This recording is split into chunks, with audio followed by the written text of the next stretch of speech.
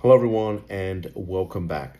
In this video, I'm going to talk to you about putting your loved one into treatment. Now that could be done with either a Marchman Act or a guardianship, and the fear, your fear, the family's fear that if you do this, your loved one's going to be mad at you. And I hear this from a lot of mums and dads. They say, well, if I do this, he's going to be mad at me. She's going to be mad at me. They'll be mad at me. And I tell them, honestly, yeah, quite possibly they will be mad at you. But understand something, what you see in front of you is not your loved one. Maybe you can think back to a couple of years ago, 5 years ago, 10 years ago, whatever the time frame is. You can think about a time when they were not like this, okay? That's your loved one.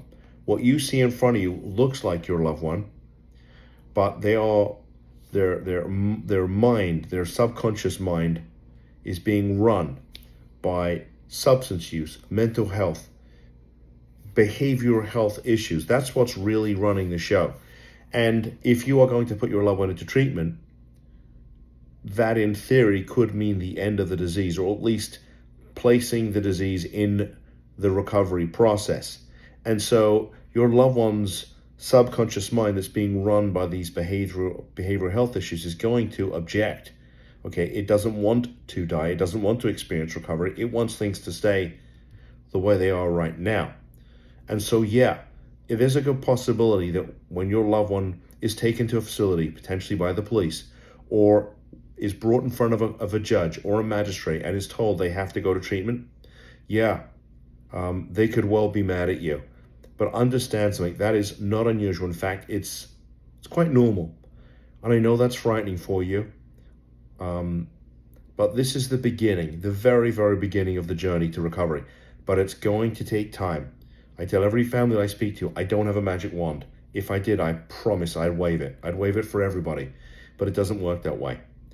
This is going to take time. And I tell most families that I speak to, unless they have unreasonable expectations, and some do, to think a year ahead. I'm not saying you got to hire me for a year, but think of this as a year-long process. It takes a year for your loved one to heal, for you to heal, and for them to develop the skill set so that they can maintain recovery for the rest of their life. Right? I mean, that's the goal. Some lawyers say, oh, they'll have repeat business. I'm one of the lawyers who says they don't like repeat business because I want to get this done one time and get it right the first time. I don't want to have to come back and do this again, not because I don't love you, but because we want to make sure that we do it and keep them in treatment long enough, and then they follow up with aftercare, get a sponsor, go to AA, whatever it takes to maintain recovery.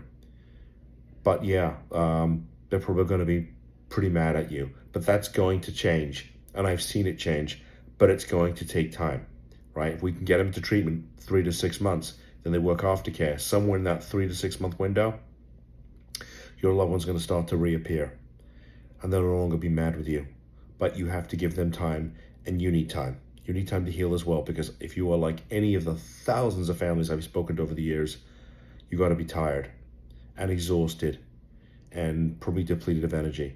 So take this time for you and let the treatment do its thing. And don't be surprised if they're mad at you. It will change. It does change, but it takes a little time. And I appreciate you tuning in. If you like this video, please give me a thumbs up. And if you want more information, please subscribe to the channel. With that said, take care. See you in the next video. Bye-bye.